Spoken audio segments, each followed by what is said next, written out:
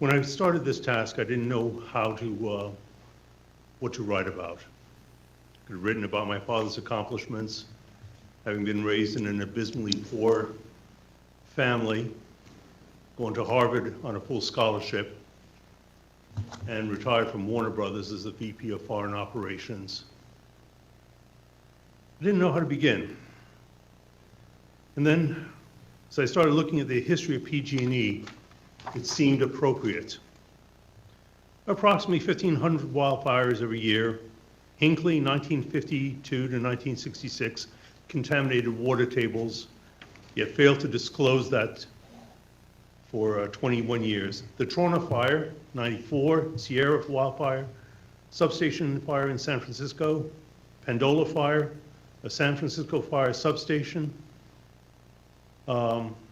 the Sims Fire, the Fred's Fire, an explosion and electrical fire in San Francisco, Rancho Cordova explosions in 2008. PG&E had installed the wrong pipe in 2006.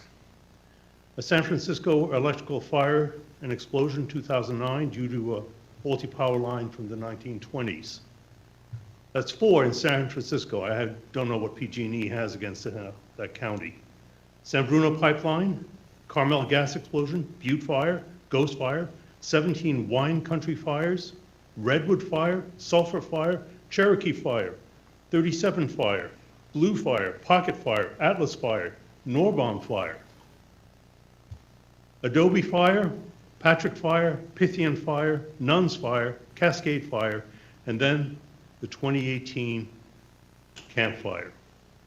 What I would say, if I were directing this to PG&E, is I would tell them they murdered 85 people, 84 in the fire, and 1 who committed suicide rather than be burned to death, and at least 3 elderly citizens who died a few days later because of the stress of being left homeless and penniless.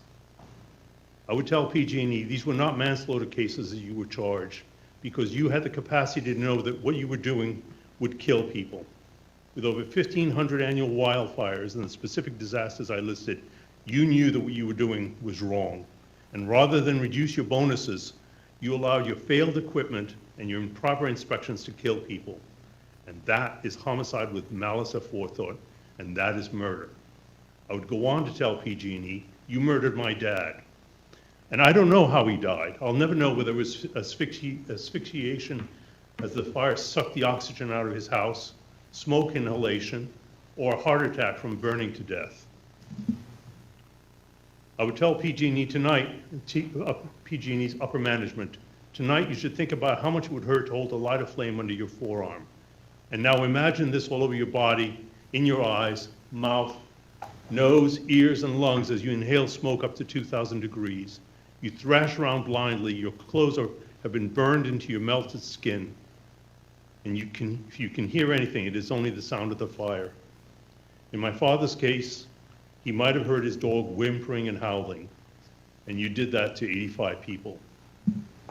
I would go on to tell PG&E, and what's even more galling is that you will retain your bonuses, and through my PG&E bills, I will be paying your bonuses, your fines, your shareholders' dividends, and your settlements.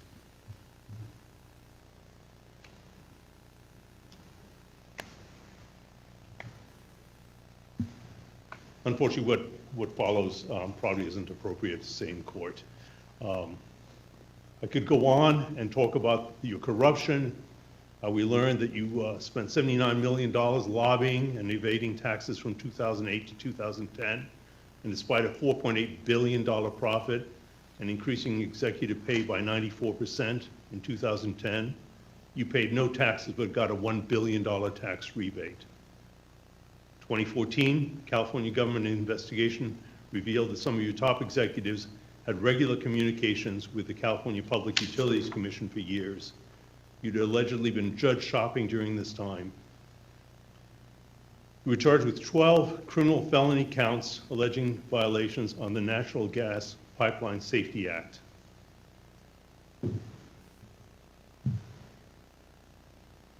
An investigation in 2018 showed that PG&E violated state laws, endangered its own employees, and endangered California residents through illicit practices every year between 2012 and 2016. After the San Bruno pipeline explosion, PG&E was sentenced to 5 years probation, $3 million in fines and community service, and also fined $1.6 billion by the CPUC. Victims' settlements were $565 million. In a separate case, PG&E falsified gas pipeline records from 2012 to 2017. PG&E failed to implement legally mandated safety procedures. And the CPUC in 2018 reported that between 2012 and 2017, PG&E failed to locate and mark gas pipelines in a timely manner because of shortages of staff, and management listed tens of thousands of late tickets as completed on time. So I would say to PG&E, so not only are you mass murderers, you're also thieves, liars, and forgers. Judge, thank you. Thank you, Mr. Binstock.